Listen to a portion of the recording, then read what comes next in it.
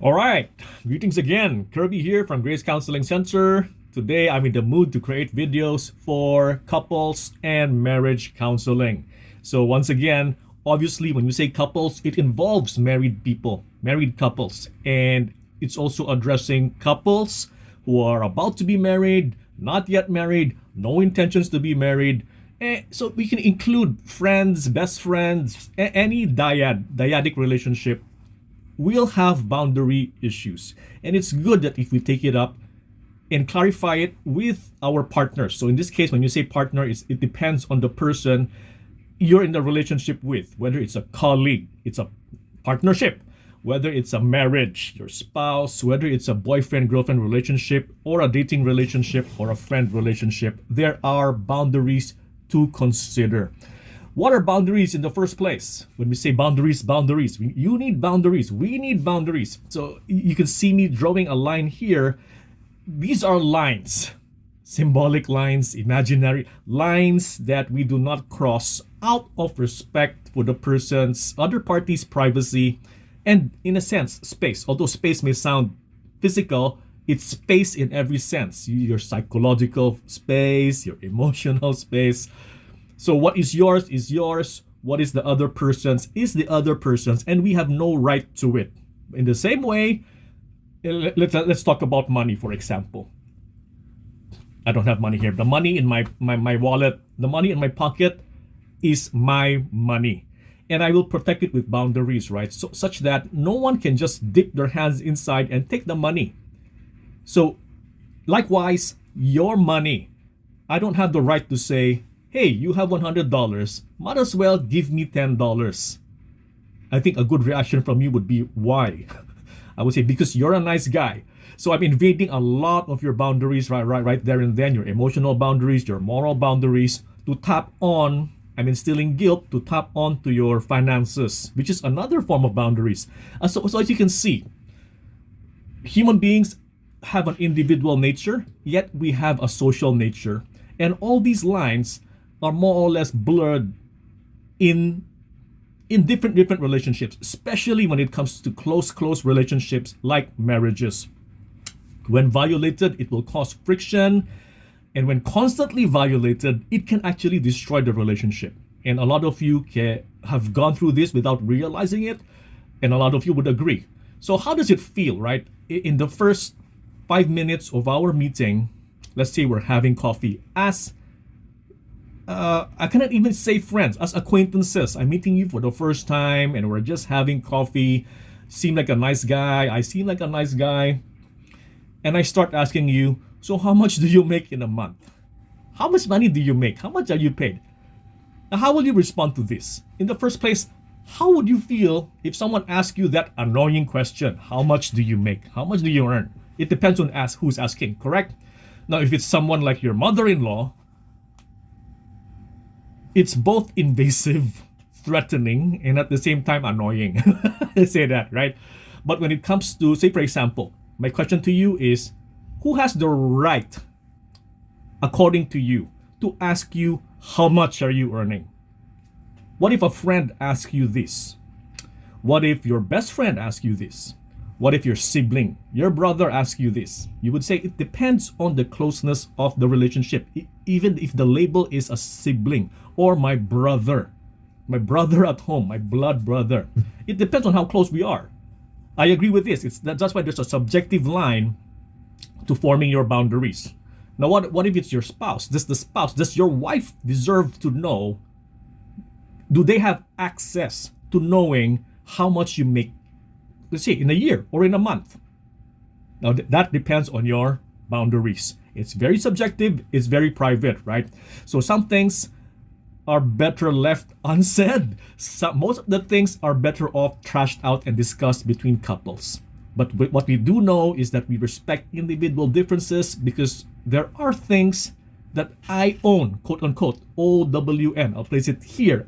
Things that you own, that you want to protect and you want to have full control of, that you don't want to share to anyone. Like my money analogy, the $5 I have here is mine. No one can make me feel bad for having $5, although I feel bad for just having $5. But no one can make me feel bad by saying, You have more money than me. You should be giving it to me. So that's another violation, right? It's like, I know your response. It's like, who are you to judge me on this? Who are you to make me feel bad about this? Who are you to tell me what to do with my money? Whether it's $5, whether it's $500 billion. If it's yours, it's yours. Same goes with, we spoke about the resources before. Same goes with your space. You have a 10-story house. I cannot just come to you and say, since you have a large house, can I stay with, I can ask, but I cannot impose that you have to lend me one of your rooms, man. You have 10-story house. For example, that's the space, just for a review. The more sensitive ones would be time. Time is truly gold, man, right? So your time. I see you slouching the whole day. You're not doing anything. I have tons of work. You owe it to me to help me.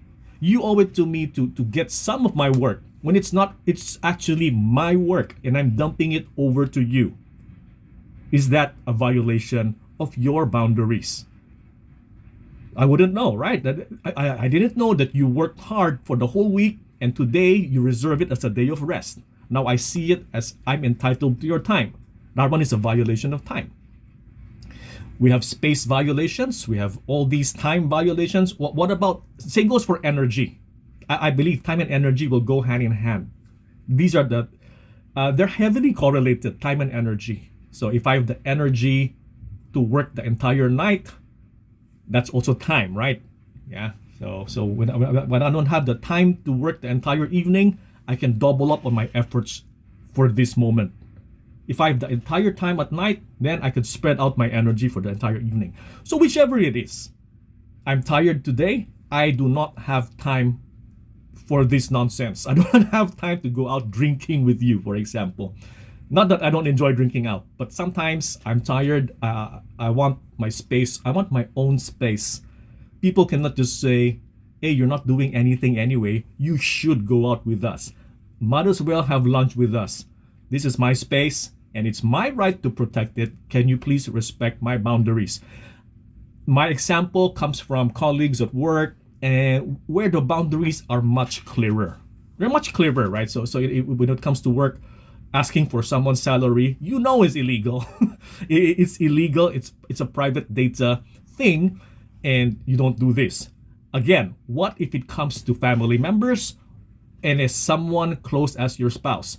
You have your boundaries to protect.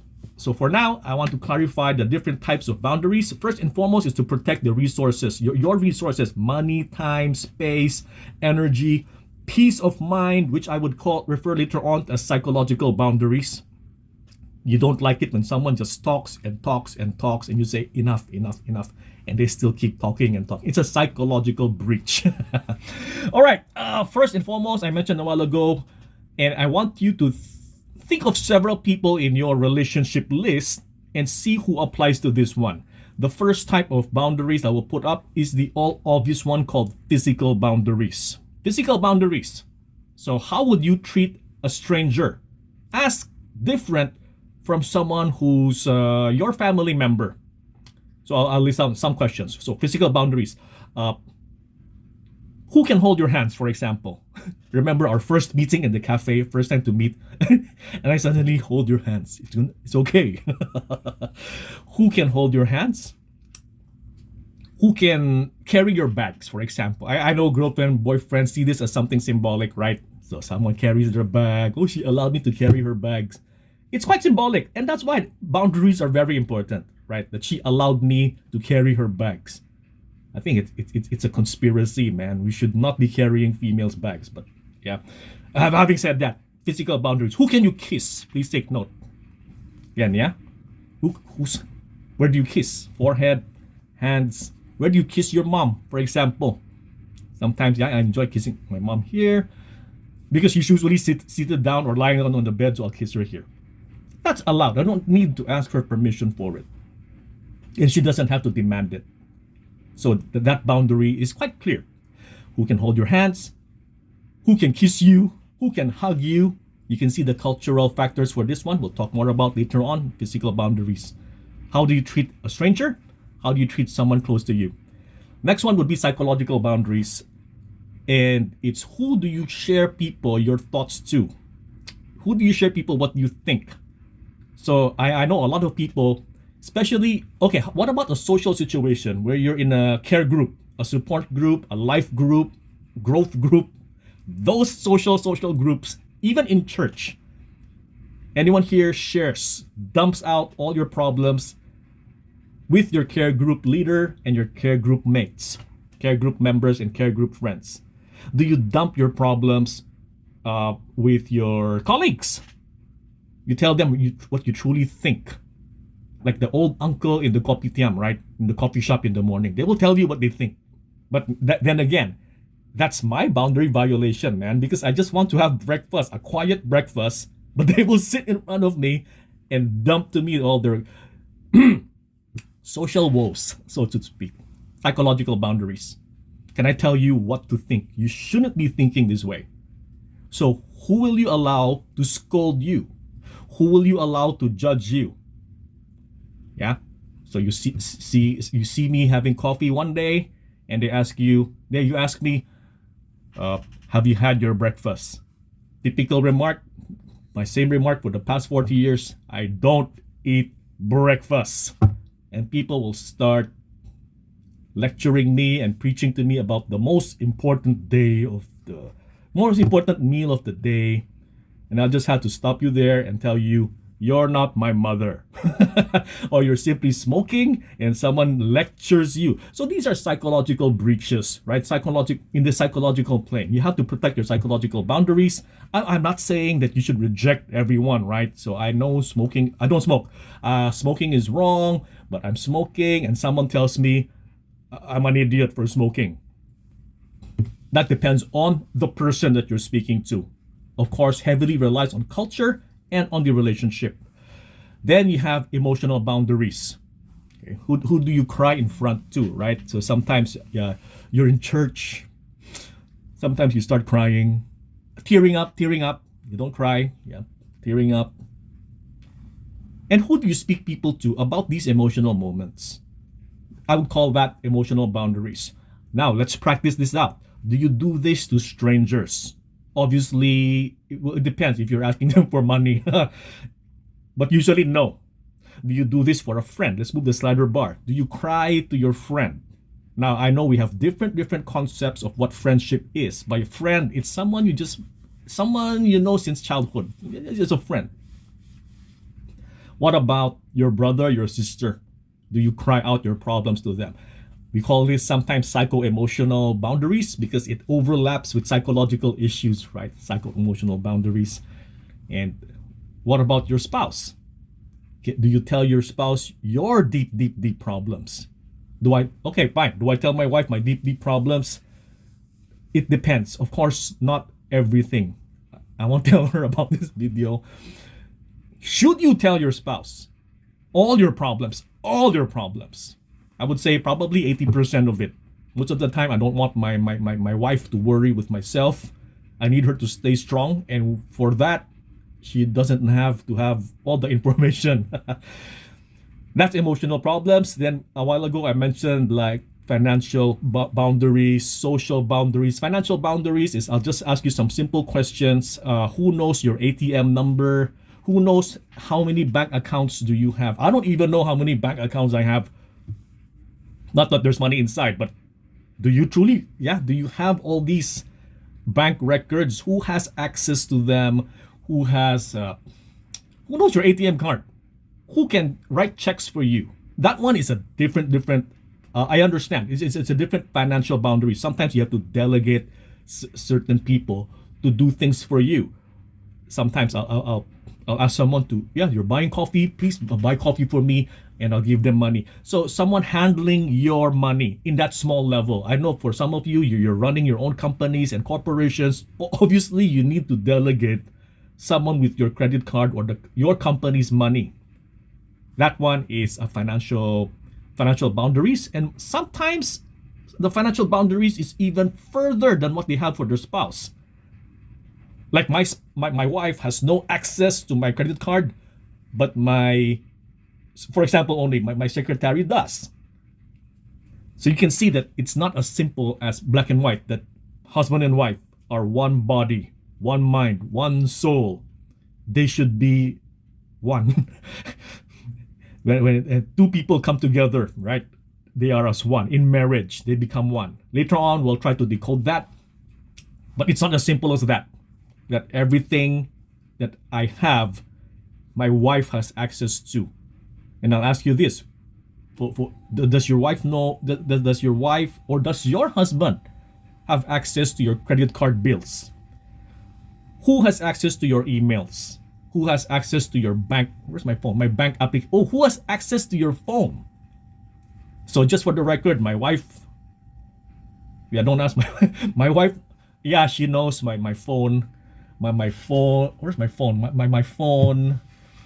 My phone password. But she doesn't know I have another phone. So it depends, right? You can see it's not as gray as this. Now, why do you guys do this? Why do you guys keep things from your wives? Plenty reasons. And this is not the topic for today, but I'll answer the question I asked. There are things that we would just want, thinking as a guy, there are things that we just want to be done quickly. We don't want any more discussions. We don't want further questioning.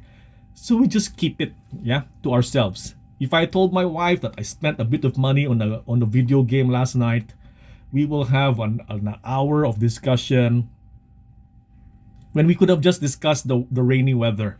You know what I'm saying, right? So that's one thing. Conflict avoidance, that's one thing.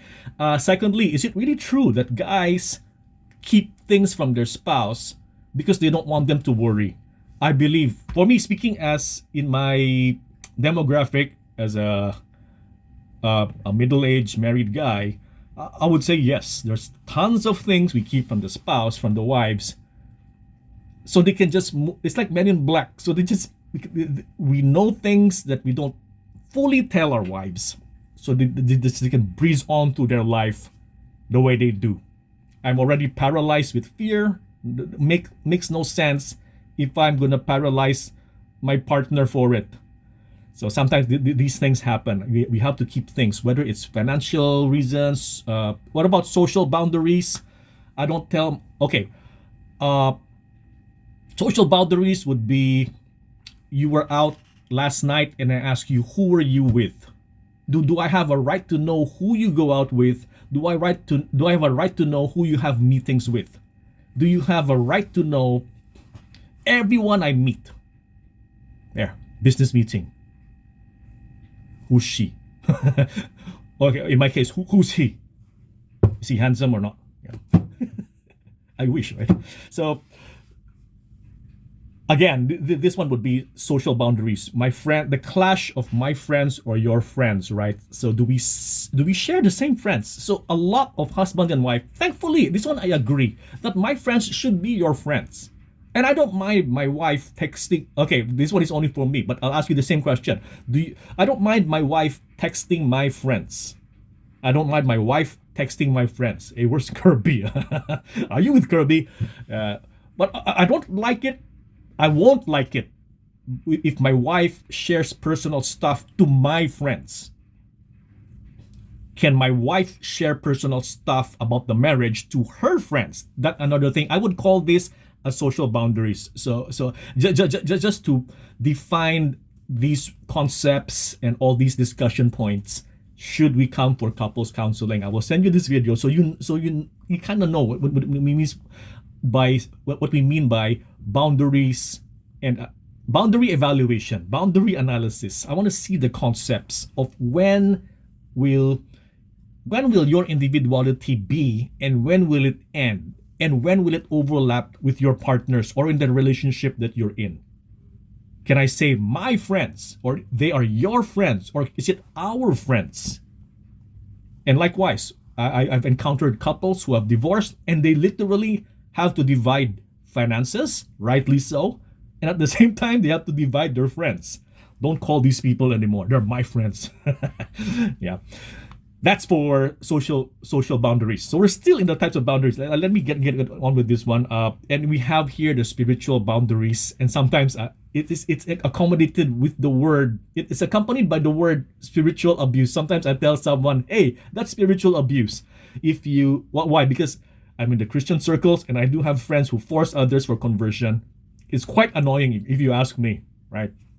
So people have, I agree, people have their own philosophies in life. People have their own religions, their own belief systems. I would that they open up and meet the Lord Jesus Christ. I would, and I pray for this one. However, I respect their boundaries and I do not impose. We do not impose. I might as well say it here. In Grace Counseling Center, we have a no preaching policy. You can see it in our website. Do not impose your beliefs on anyone else. That your beliefs are wrong, mine is correct, you should follow mine. That, I call it a spiritual abuse. That's a spiritual violation. Of course, if you are a parent of a teenager or a parent of a child, it's a different relationship, and you drag your child to Sunday school or church. I would say that's your right as a parent, but that's only my opinion. Although it's a boundary violation, I would say, what are the boundaries between parent and child? Can I tell my child to eat vegetables all the time? Can I tell my child no social media until you're 18? It depends from family to family. It depends on the culture. It depends on the agreement. Actually, it depends on the agreement between both parties. Now, some parents, all the parents have to juggle this slider bar on preserving the relationship between parent and child, and at the same time maximizing the child's health. Because I can easily preserve a relationship with the child by simply giving in and just letting them do all the social media stuff that they want to do. They will end up liking me, but what will happen to them? Then I have to move the slider bar. I have to be more strict because my child is being influenced by all these internet stuff, all these nonsense in the internet. Then my child starts hating me for that. Then I have to move back and forth. And you can see this in relationships between husband and wife as well. So what do we want from you guys, right? Number one, we want communication between couples. Again, I wish I can give you straight answers for this one. As you can see, what I can mostly give are, I'm sharing some examples from people I know and some examples from myself directly. And you will see that, okay, some of you may disagree or agree with what I'm sharing. So say, for example, I share something like my wife doesn't have access to my credit card bills. Some of you may agree, some of you may disagree. All of you have happy marriages. You can still agree or disagree. And what I'm going to show you here is that I'm simply showing you it's a case-to-case basis. I cannot simply say that it will work for all marriages. So a happy couple can tell me the wife should have access to the credit card bills. A happy couple can also tell me they should access or they shouldn't access. It depends on the couple itself. And the big factor here, again, which should have been settled in pre-marriage preparations. So it should have been settled in pre-marriage preparations. For some, it's too late already. We're married for 10 years. Then this boundary violation breakup. Then you can just bring it, we can settle this through communication. Most of the things can be settled by communication, even within the counseling context. So ask your spouse, communicate, is it okay? And I'm speaking and I'm addressing married couples, marriage cases for this one. It's not a boundary violation. And I say this sweepingly, that husband and wife should be able to open up with their sexual preferences. And it should have been taken up during pre-marriage counseling. I'm promoting pre-marriage counseling. Maybe use this video to promote pre-marriage counseling. Some of you may not agree with this and stuff. It should be dealt with after marriage. Again, it's a case-to-case basis. But I would more or less place my comfort on dealing with sexual issues and sexual information. Information only. It's psychological level. Sexual information during the pre-marriage preparation programs. So ask your spouse, communicate. At the same time, factors for this one here, check out your husband, your boyfriend, your girlfriend, your wife's level of individuality and level of privacy. This one has a lot of cultural issues. If you're what's individuality? My level of privacy. Again, I more or less do things alone. When I work, I want to be alone. I don't want to work in parallel. There's a lot of self-awareness to be done, and there's a lot of self-awareness and personal information to be communicated with your partner. So there, if you don't like your mother's meddling with the food that you eat, I don't like this. I have a plate there, and my mom she thinks she has free access to my plate. We'll just put anything there. Even with food that I don't want mixed, becomes a salad. But she's my mom. I would say she was my mom. It is okay, right? There's nothing I can do. But you have to communicate. Sometimes you have to tell them, can you please not do this? I will eat the chicken after I eat the veggie.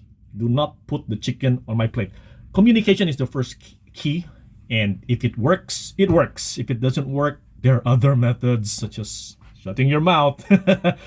There are ways to guard your boundaries, whether it's in a soft, communicative way or in harder ways or in avoidant ways. Plenty of ways to handle it. But for now, we deal with the marriage on the marriage perspective. Communicate, respect individuality. Check out your partner's level of privacy. If they're super private people, I won't show you my phone. I won't nothing. I won't even show you a photo on my phone. These are the very private people. They mean no offense. It's nothing personal. They are not used to being open doors. However, there are some of you who grew up sharing the same room with your siblings, sharing the same room with your parents. I've known people who four of the siblings stay in one room. They're very open with what they talk about. They're very open with sharing their clothes to one another. Sometimes we envy those relationships, but at the same time, people who grew up in such a circumstance may have trouble understanding boundaries of people who are closed up. I was an only, no, just an example. I'm an only child and I've never shared my clothes with anyone. So please let me know if you're gonna touch my shirt. So for some people, so it depends on the culture, it depends on the way they're brought up. Please clarify this with your partners. So again, I'm gonna wind down here with the boundaries. For today, it's the awareness of what boundaries should be there. Do not be caught off guard with this. It's good for you to know what boundaries that you're very relaxed with when it comes to, actually my clothes, I don't really care, but when it comes to my games, the passwords of my games, they're even more protected than my bank passwords. Do not touch my games. When it's playing AFK on the table, I tell my daughter, do not click or touch anything. That's mine. The candies on the jar, it's mine, but you can take as much as you want. We discuss things with people, and at the same time, while discussing things with people, we are open to their side of things. And it's not wrong. Most of the time, their personal preferences will not be wrong. So we are here to listen to it and to respect one another. So for this video, we listen, we acknowledge, we listen and respect. And at the last level, maybe there's a future video for this, it's the compromise. So I just realized that you're a very private person. Let me back off. Sorry for that. On the other side of the coin, I just realized that you're a very open person because of the way you were raised. Nothing offensive on that one, because of the culture of the way you were raised. 10 people in one house. Everyone sharing the same mug, for example. There are some people who are very particular with their mugs. For some people, it's very symbolic. Do not touch it. For some people, they don't even own one. Why protect your mug? There's no such thing as your mug when I was growing up. So this is for boundaries in relationships. Do open up with it. Think about it. Discuss it with your spouse. Discuss it with your partners. And have a more, I would say, smooth relationship more mature and smooth, and I would say accommodating relationship with your partners. So thanks for listening. I took off 30 minutes of your time. I hope it was worth it. Thanks, everyone. Bye bye.